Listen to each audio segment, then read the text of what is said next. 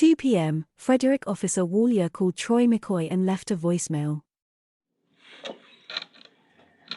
Hello, this message is for Troy McCoy. This is Officer Walgie with the Frederick Police Department. I was wondering if you could give me a call back on my cell. It's 303-500-4073. Again, that's 303-500-4073. I was calling you with regard to, we're working on trying to find a missing person. And I was going to ask you, Christopher Watts, I believe that you work with him, gave your name as someone that he was going to meet yesterday in the early morning, possibly would meet, or that you work out at a site where he was going to be working. So anyway, he gave your name. I was just wanted to talk to you. A couple questions with regard to Chris, and that would be it. So if you can give me a call, again, Officer Walgie, W-A-L-J-E of the Frederick Police Department. If you feel more comfortable, you can certainly call the police department. I'm currently there, currently here, I should say, and I can talk to you at the office if you feel more comfortable calling that number. But again, my cell is 303-500-4073 in case I have to leave. Thank you. Good night. All right, thanks. Troy was heading back to Servi 319. 2 p.m., Chris Ostrander from MPT, vacuum truck driver, said the last time he was at Servi 319 was on the 14th of August, 18 at approximately 2 p.m. to vacuum the pit. 2:12 p.m., Troy McCoy returned to Servi 319 on Tuesday, August 14, 2018. At about 2:12 p.m., Troy said he didn't stay at Servi 319 for very long before he left. Troy estimated he was there for about 5 to 10 minutes. Chris Ostrander said an Anadarko operator arrived at the site shortly after he did and parked east of the oil pump head. Ostrander said that was unusual because he had never seen anyone park that far away from the tank area. It should be noted the area Ostrander described is also adjacent and near the area where Shanann's body was recovered. Ostrander was convinced he was an Anadarko employee because he was driving a dark full-size pickup consistent with Anadarko trucks.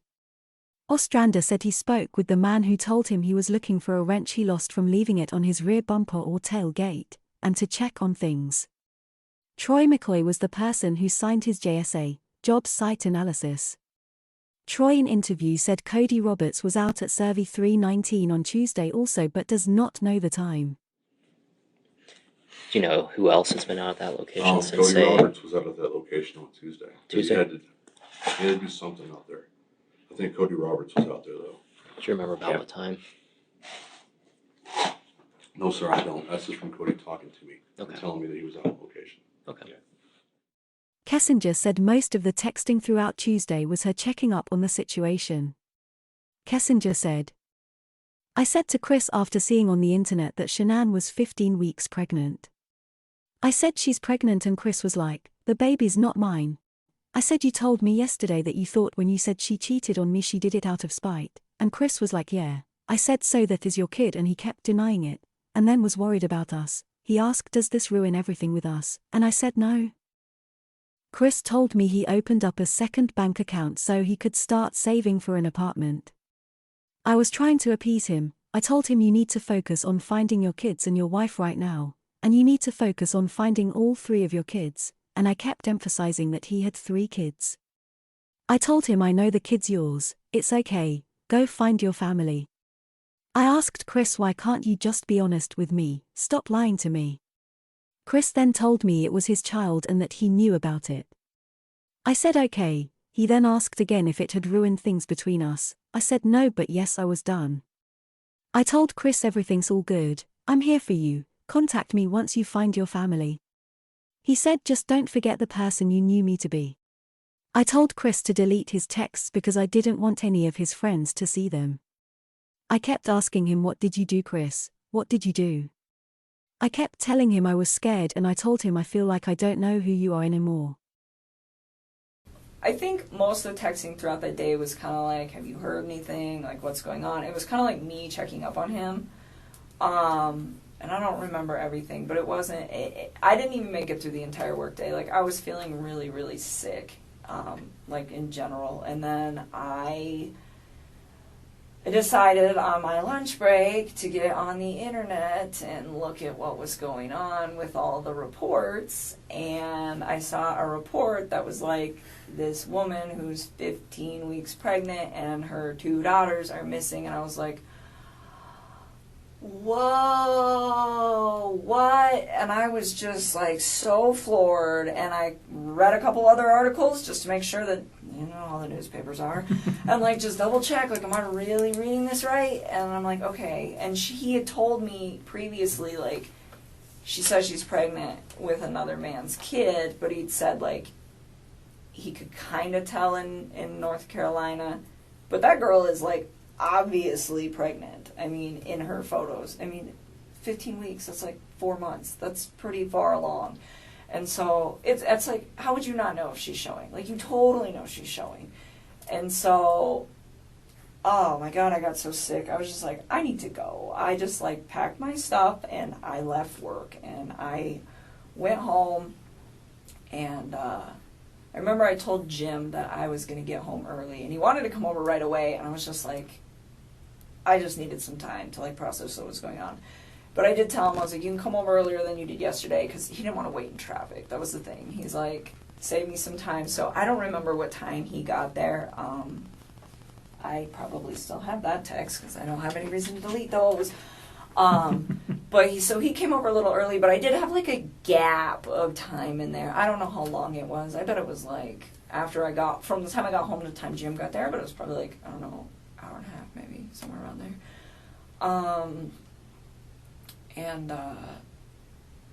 I remember talking to Chris during this time, and it was like all text. I did not talk to him on the phone at all on Tuesday. And I was pretty upset, where I was just like, you know, I was going back and forth like, where's your family, this and this and this, but I'm like, she's pregnant, you know, and this and this, and he's like, the baby's not mine, and I'm just like, you told me yesterday that you think that when she said that she cheated on you, she did it out of spite. And he was like, yeah.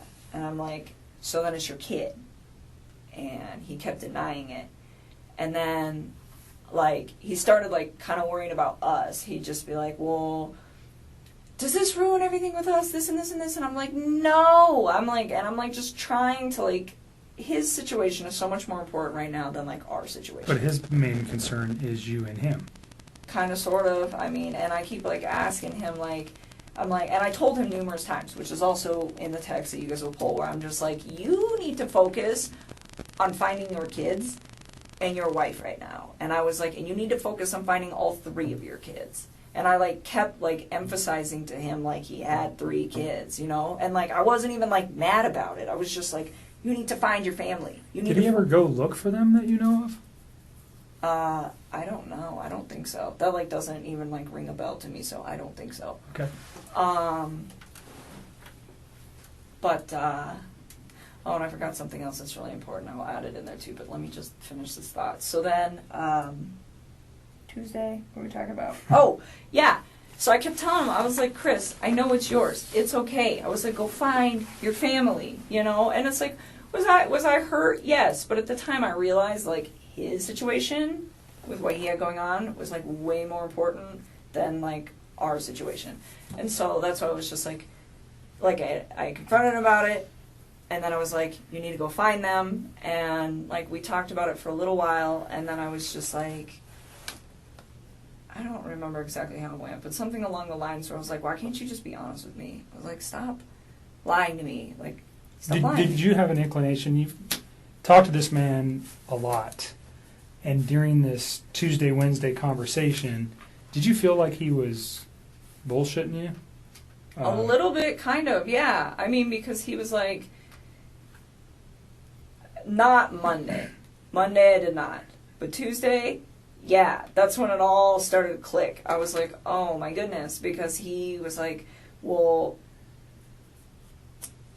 like, he just didn't seem as, like, concerned as he should be, and he was, like, super worried about shit with us, and I'm just like, So concerned about his family and overly concerned about your relationship. Yes. Okay. And I kept like trying to put it on the back burner. And shame on me for bringing it up in the first place. I was just really taken back. Like, wait a minute.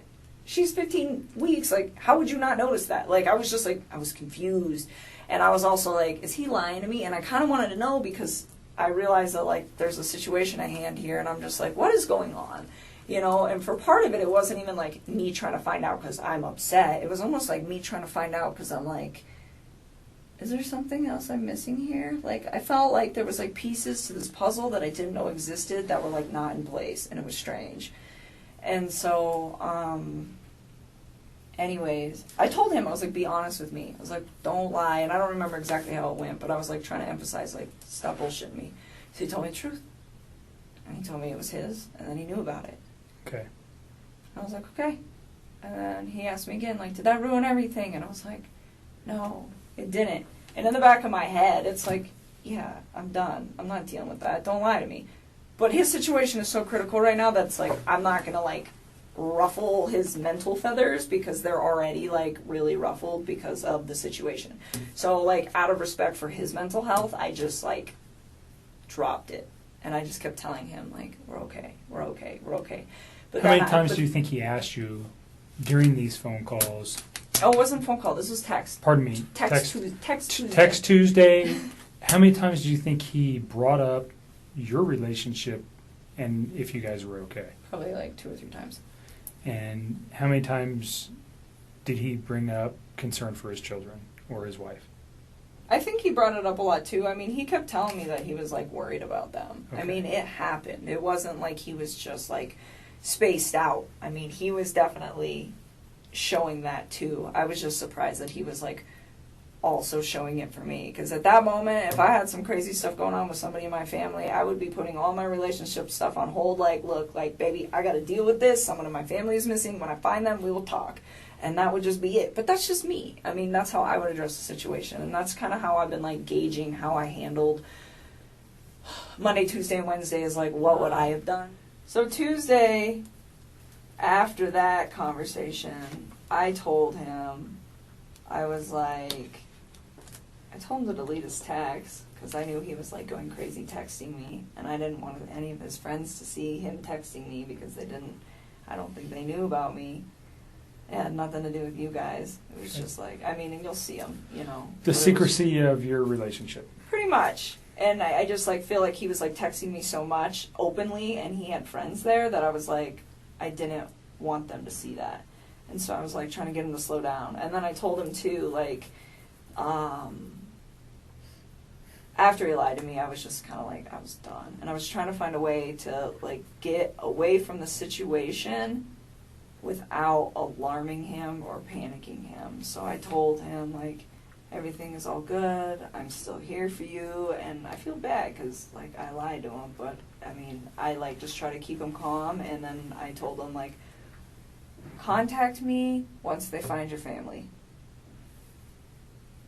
And then we'll talk. That was Tuesday? That was Tuesday. Okay. And he sent me a text back saying something along the lines of, like, what did he say? Something like, please just think of, and like I kept telling him I was scared. I was really freaking scared. In fact, that's another thing.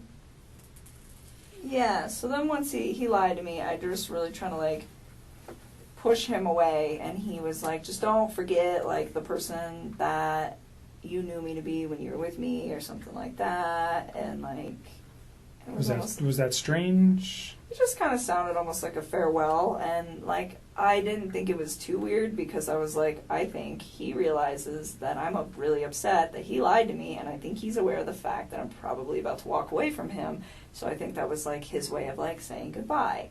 So it didn't really seem strange in the context of what was going on between like the him and I part of stuff. And then, and I kept asking him too, like, what did you do, Chris? What did you do? And he was like, I didn't do anything. And I'm like, where's your family? 2:19 p.m., Kelly Burke texted Chris saying, anything new? 2:20 p.m., Chris said, talked to 3 different news crews. Dogs swept house for a cent. Kelly replied, I saw the news articles online. 2:20 p.m., Kessinger called Jim and held a 3-minute conversation. Her phone registered in Thornton. I believe this is the call she made telling him he could come over earlier than he did the day prior. 2:21 p.m., Chris added Fox 31 reporter to his contacts. 2:30 p.m., Chris texts Troy saying, "A nightmare and a circus dude. I just want them to come running back through the door. I'm guessing everyone at work knows." 2:30 p.m., Chris called Sandra, Shanann's mom, and held a 10-minute conversation. Nick and Amanda Thayer overheard this conversation. They heard Chris make a comment along the lines of, "The longer this goes on, the more I worry that they might be hurt or in danger." 2:31 p.m., and Meadows calls the police station. Another caller and Meadows requesting to speak about missing party. And his missing adults realtor spoke with them yesterday. After Kessinger sent the final sign-off text to Chris, her friend Jim got to her house. She went in her bedroom and texted Chris one last time. "If you did something bad, it will ruin your life and it will ruin my life, and I promise you that." Chris said, "I didn't hurt my family, Nikki. This was the last text and the last time we ever spoke."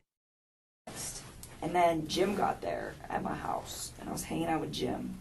But I was still, like, in my head, just kind of, like, stressed out. And I remember I, like, walked out of the room, went in my bedroom, and texted Chris one more time. And I told him, I was like, "If you did something bad," I was like, "you're going to ruin your life." And I was like, "And if you did something bad," I was like, "you're going to ruin my life." And I was like, "And I promise you that." And he responded back to me, and he's like, "I didn't hurt my family, Nikki." And that was, like, the last text. That was the last time we ever talked. And I never said another word to him after that. That was Tuesday. That was Tuesday. 2:32 p.m., Nicole Atkinson leaves area near 5968 Firestone Boulevard, Firestone, and drives for 32 minutes, 13-mile trip. Looks like she goes back to Watts House area and then proceeds to drive home. 2:32 p.m. to 3:04 p.m. Life 360. 2:33 p.m., Gillian Ganley, CBI Denver said. Around 2:33 p.m. I heard from Agent Tammy Lee, who stated that the dog's hit was not substantiated with the second dog and requested that the alert be sent out. I sent out the endangered missing alert at 3:20 p.m. Over the next hour I received several calls from Agent Tammy Lee and Agent Kevin Kobach, requesting that I run background on all individuals involved. 2:45 p.m., Jamie Watts, Chris's sister, was talking to media. Stated she shouldn't be talking and hung up. 2:45 p.m., Troy replied to Chris saying, "Yes, they know, it's all over Facebook." 2:54 p.m., Troy said, "Some people have been asking what's going on, and I tell them I don't know anything other than what the police are saying. I hope they can find them soon for you, man. If you need to get out of the house for a bit, you are more than welcome at my place." 2:57 p.m., Scarlett said, "Garage door of 2825, Saratoga Trail. Can see white Lexus in the garage. Observed white male, short dark hair with beard, grey shirt and black shorts, walk from the front passenger side to the rear of the white Lexus, unknown license plate, open the back hatch and place what appeared to be a square bag with pink flowers with white behind the flowers into the back of the SUV. Then proceeded to grab a cloth-like item, already in the back of the SUV, and place it into the bag. The male then closed the hatch and walked back to the right side, passenger side, of the SUV out of sight, then the garage door closed. Did not see license plate." 3 p.m., Chris said, "I know, man. Thanks." Troy replied, "No problem." 3 p.m., on August 14, 2018, at approximately 3 p.m., Detective Sergeant Harper, currently assigned to the Longmorn Police Department Special Enforcement Unit, received a call from Sergeant Egan of the Frederick Police Department to assist with a missing person possible homicide investigation. Sergeant Egan advised that a female subject and her 2 children were reported missing from 2825 Saratoga Trail, Frederick. He further advised that the circumstances of the incident were suspicious in nature. He requested the assistance of LPD SEU for surveillance operations of the male subject identified as the female's husband. SEU was advised that the male subject was last observed at the residence loading items into a white Lexus SUV bearing State of Colorado 528 ZJV. 3:03 p.m., Addie Maloney texted Chris saying, "Any news? Have they said what the next steps are?" 3:04 p.m., Chris said, "They are searching. Good Morning America has contacted my sister." Addie replied, "Oh wow, is she going to give an interview?" Chris said, "They said no comment. If it's a NY number, that's them. I know you used to work there, so you may have a few people that call you from there anyway." Addie replied, "I can't imagine what you're going through. Stay strong. You will get through this." Chris said, "I will stay strong as I can." Addie replied, "Are you a believer in prayer?" Chris said, "Always." Addie replied, "Okay, I thought so. We are praying over you and Sean and the girls. Have the police offered any recent updates?" Chris said, "News crews are doing live updates on the corner of the street." 3:04 p.m., Nicole Atkinson arrives home and stays for 2 hours 12 minutes. 3:04 p.m. to 5:17 p.m. Life 360. 3:09 p.m., Chris texts Troy saying, "This is the scariest thing I've ever experienced." 3:09 p.m., on August 14, 2018, at approximately 3:09 p.m., MPO Ownby, a member of the Longmorn Police Department Gang and Crime Suppression Unit, GCSU, I was wearing plain clothes and driving a surveillance platform. I was contacted by SGT Pitts, also with GCSU, who informed me that I needed to head to the area of 2825, Saratoga Trail Frederick, to assist in physical surveillance of suspect Christopher Watts. I was provided a Colorado driver's license photo of Watts as well as a vehicle description. 3:14 p.m., Troy replied to Chris saying, "I can't even imagine what you are going through, man. Do you have any family or friends there with you so you are not just going crazy?" 3:15 p.m., Shanann's mother, Sandra Rousset, called the police department saying she really wants luggage upstairs searched, has been untouched since trip. 3:17 p.m., Scarlett said, "Garage door reopened, acquired plate off of white Lexus 528 ZJV." 3:17 p.m., Scarlett said, "Garage door closed." 3:20 p.m., endangered missing alert would be most appropriate. The alert was issued the 14th of August, 2018 at 3:20 p.m. 3:30 p.m., Chris replied to Troy saying, "My friends Nick and Amanda are here. They've been here all day talking to news crews too." Troy replied, "Okay, I just wanted to make sure you were not alone during all of this. I wish there was something I could do to help." Chris said, "I don't know, man. I really don't." Troy replied, "I will just keep praying that they find them soon. Keep me in the loop if you can, man. If you ever need to talk to anyone, call me anytime." 3:40 p.m., Kessinger shared a post about Shanann and the children missing. This post also mentions Shanann is 15 weeks pregnant. 3:43 p.m., Chris said, "Thanks, man."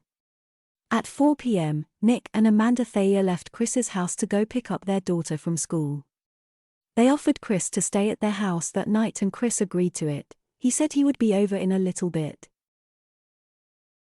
When Nick and Amanda Thayer arrived at their home, Nick called Chris. Chris said he was coming over. About 10 minutes later, Chris called Nick Thayer and said that Fox News was still in his front yard. Chris was concerned about how it would look if he was seen leaving his house with a bag of clothes. 5 p.m., Kessinger searched Google for "Can cops trace text messages? How long do phone companies keep text messages? Difference between text message content and text message detail." These searches had all been deleted from her phone. 5:17 p.m., Nicole Atkinson leaves home and drives to Boulder for work. 5:17 p.m. to 6:02 p.m. 22-mile drive, took 44 minutes. Life 360. 5:26 p.m. Kessinger searched Google for "Can you get printouts of text messages?" 5:33 p.m. Sandra Rusek, Shannon's mother, called police station saying has info and may have lead on the situation. 5:34 p.m. Colorado Bureau of Investigation CBI agent Matthew Saylor interviewed Jeremy Lindstrom and Jennifer Lindstrom. 6 p.m. Chris had a calendar entry titled "Talk" scheduled to begin at this time. Between 6 p.m. to 6:30 p.m., Chris called his father, Ronnie Watts, and told him about the interrogation and that the police searched his house, and Ronnie told him, "I'm gonna come just to be there with you." Ronnie booked his flight for 5 a.m. the following morning. 6:02 p.m. Nicole Atkinson arrives at work. She is there for 12 hours 11 minutes. 6:02 p.m. to 6:13 a.m. Life 360. 6:12 p.m. Addie Maloney called the police station. Another RP, Addie Maloney, requesting to speak to FE 983 and FE 988. Missing party was a friend, would like to speak with officer. 6:13 p.m. Chris responded to an email for fantasy football and responded that he was in. 6:21 p.m. Kessinger searched the internet for news accounts of this incident and Shannon's name. These searches were conducted frequently by Kessinger throughout the next several days. She deleted everyone afterwards. 6:26 p.m. Chris told Nick Thayer that he was leaving now, stopping for gas, and I'll be there. Chris had earlier agreed to spend the night at the Thayers. Officer Justin Ownby said, "I parked my vehicle in the 6300 block of Steeple Rock Drive along the west curb line and facing south. The south end of Steeple Rock Drive ends at Saratoga Trail. I stayed at that location and watched the residents. After a heavy rainfall and wind, several garbage cans had blown and washed to the south curb line of Saratoga Trail, in front of Watts's residence. A short time later, I observed a male, matching the description of Watts, wearing a light-colored shirt, take one of the garbage cans and walk it to a residence on the east side of Steeple Rock Drive, just north of his residence. After returning the garbage can, Watts returned to his residence and walked out of my view."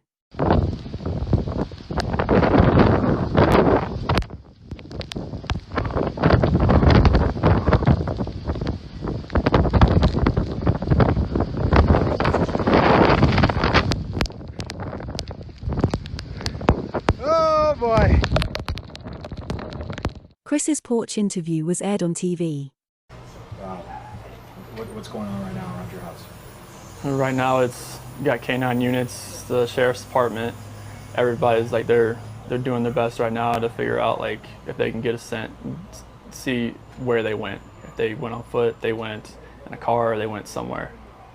And right now, it's just like they've been on point. They're going through the house trying to get a scent, and hopefully they can pick something up to where it's going to lead to something.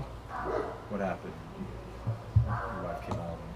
Tell me what's. She came home from the airport 2 a.m. and I left around 5:15. She was still here, and like about 12:10 in that afternoon, her friend Nicole showed up at the door. Like I had texted Shanann a few times that day, called her, say but she never got back to me. But she wasn't getting back to any of her people as well, and that's what really concerned a lot of people. Is like if she's not getting back to her, like if she doesn't get back to me, that's fine. Like she gets busy during the day, but she didn't get back to her people, which was very concerning. And Nicole called me when she was at the door, and that's when I came home, and then walked in the house, and nothing was vanished. Nothing was here.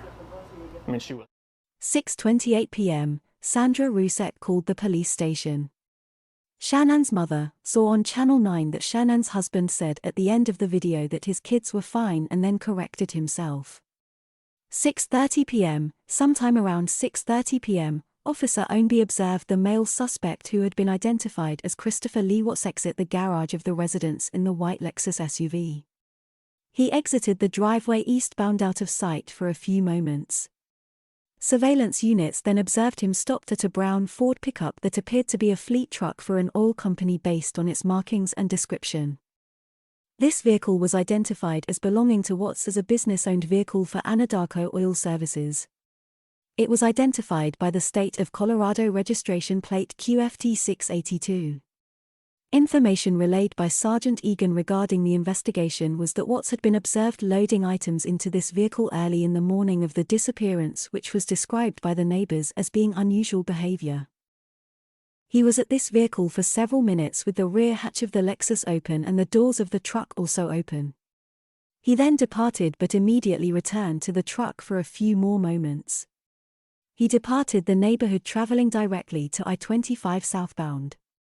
Surveillance units kept him in sight as he continued south to 136th Avenue where he turned eastbound. He then turned north on Washington Street. He traveled to Highway 7 and turned east. Detective Steele arrived to assist with surveillance around this time. 6:42 p.m., Chris returned a missed call from the Frederick Police Department. 6:46 p.m. Detective Baumhofer said, "At approximately 6:46 p.m. I contacted Chris, via phone, and asked him if he would be open to another interview at the police department. He said he would and arrived later that evening at approximately 8 p.m. As a result of that call, Chris then flipped a U-turn and traveled west back to I-25 northbound. He got off at Highway 52 traveling east and ultimately traveling directly to Frederick Police Department where he had been requested for an interview with FBI, spanning 7 p.m. to 11:06 p.m. 6:59 p.m., after a brief call to the Thayers, Nick advised they would drive to the police department and wait for Chris to finish. 7:01 p.m., Sandra Rousset called the police station. Shanann's mother is calling in saying to see about checking the baby monitors. One in each kid's room and on Shanann's bedside. 7:03 p.m. Sandra Rousset called the police station again. Sandra stated to not tell Chris about the baby monitors. 7:10 p.m., Officer Perez said. On the 14th of August, 2018 at approximately 7:10 p.m., I assisted Officer Lines with canvassing the neighborhood. I spoke with a woman who resided on 6328 Steeple Rock Drive. I asked her if she had reviewed the flyer officers had left on her door and if she happened to know the Watts family. She stated she was aware of the situation but did not know the family. The woman stated she had not seen anything suspicious around the neighborhood other than an older gray Ford truck stopped to dump out his beer can and then later came back to retrieve it. 7:15 p.m., phone interview with Luke Appel. Luke explained Chris has worked for him since April of 2016. 7:21 p.m., Addie Maloney texted Chris saying, "Anything new, Chris? Have you heard anything?" Chris said, "I'm talking with FBI now." Addie replied, "Right now? What does that mean? New development?" 7:30 p.m., phone interview with Luke Appel concluded. 7:30 p.m., Nick and Amanda Thayer went to Frederick Police Department where they waited in their car for Chris. 7:49 p.m., Cindy DeRossett calls police station. RP Cindy DeRossett referenced Shanann Watts. RP spoke with FE 988 earlier and has more information for him. Phone cont.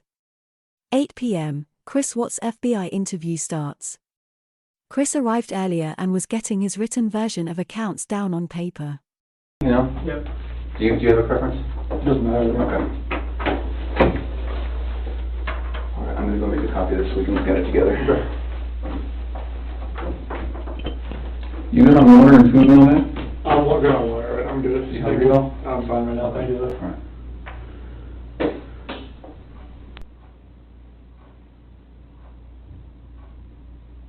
8:10 p.m., Chris told Dave Colan that he was talking with the FBI presently.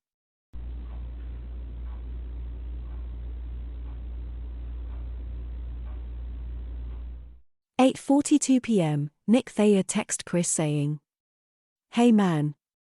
We are sitting outside thinking of you. I am talking to an investigator friend and she recommends maybe not to be talking without a lawyer. I know this text might get there too late." Between 9 p.m. to 10 p.m., Kessinger said her friend Jim left that night around 9 or 10 p.m. 9 p.m., Sergeant Albert said. On August 14, 2018, at approximately 9 p.m., I was instructed by Detective Baumhover to take a cell phone belonging to Christopher Watts and respond to the Dacono Police Department. The purpose was for Dacono officers to conduct a search of the data from that phone. I arrived on scene at their office and met with Officer Boyer of Dacono Police Department. Officer Boyer received the phone and downloaded the data. Shortly later, she made a copy of the data on a USB drive and provided that to me. I then returned to the Frederick Police Department and provided the USB and the phone back to Detective Baumhover. 9:38 p.m., Officer M. James said. On the 14th of August, 2018 at 9:38 p.m. I responded to the Walmart at 2285 East Ken Pratt Boulevard, Highway 119, in Longmorn. Reference a tip from a citizen advising Shanann was possibly sighted in the checkout line buying 2 booster seats and a child's potty seat. Upon arrival I met with an assistant manager who led me to the surveillance rooms. Once there we reviewed videotape and located an adult female and 2 young juvenile females in the self-checkout line at the store. One of the juveniles was sitting in the seat of the cart while the other was seated in the car. The juvenile female seated in the cart seat had a long braided ponytail to approximately the middle of her back. I sent photos and video footage to Detective Baumhover to review. Detective Baumhover advised he did not believe they were the missing persons. 11 p.m., Detective Baumhover said. At approximately 11 p.m., I briefly met with Chris. I thanked him for cooperating with the interview and informed him of a possible sighting of Shanann and the girls had been reported earlier. I showed Chris Walmart surveillance system photos Officer James obtained from the Walmart located at 2285 East Ken Pratt Boulevard, Longmorn, and sent to Maine. The photos are of an adult female and 2 female juveniles within the store. I asked Chris if he thought it may be Shanann and the girls. Chris confirmed it was not them and departed the police department shortly thereafter. It should be noted that Chris agreed to return the following day, the 15th of August, 18. Hey Chris, thanks for coming in. Yep. So I've been doing some other things while you were here. And we've had people calling in and stuff like that. So there was a sighting at Walmart. One of your kiddos, is Bella the oldest? Yes. She have long hair? Well, if you let the curls down. How long? So the curls would probably come like right here. Okay. So this is a picture from your surveillance. Can you see that? Yeah, it's just the hair color looks a little off. Yeah. I mean, look how long that braid is. Does that look right? No, that braid's too long. Is that like your wife? Hair's too long. Okay. That's what I thought too. So. Okay. Yeah, the hair looks a little too long. We're trying, buddy. Okay. We are trying. Very angled. That would be CC in the back though. That was her. Yeah. Oh, that's where she was hit? Yep. Mm-hmm. Yeah. Chilling. Bella ruling the roost up there? Yes. Most comfortable stuff in there, yeah. Okay. Yeah, because Bella is really... That's the picture I was talking about. Yeah. And this is CC, right? Yep. And that's Bella? Yeah. Okay. Yeah.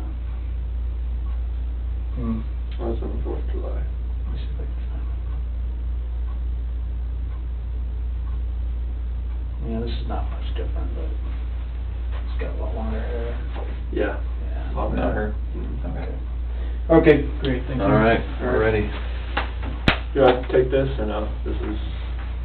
Please leave all that. Yeah. Okay. So when you get your dad tomorrow, just come on in. He's gonna have a bunch of questions. I'll talk to everyone. Bring him in, let's talk. I bring him here? Yeah. Okay. You can drop my order if you go. Okay.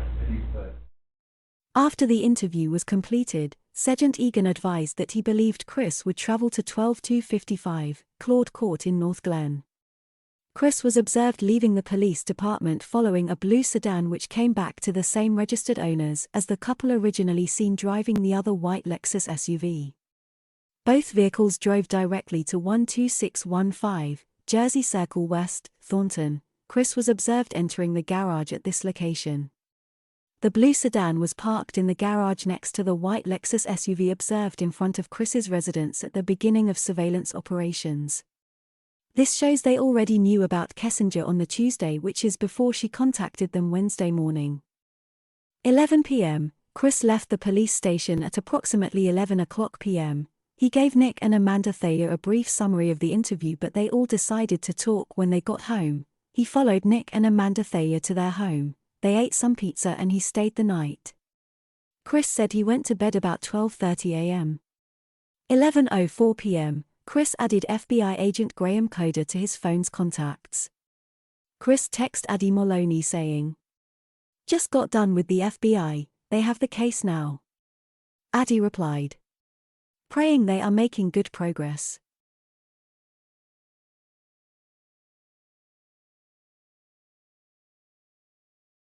Mark Jameson, Chris's childhood friend, said he last spoke with Chris on this day, through text message. Mark initiated it. He said he hoped Chris was okay and the family was okay. He knew he was busy and probably had a lot going on, but if he needed to speak to him or needed him to talk to, then to let him know. Chris replied, "Thanks man," and yes, he had been busy. When's the last time you talked to Chris? I talked to him, I think it was Tuesday before that Wednesday he had confessed. And it was just through a text message. Okay. But that was the last time I had contacted him.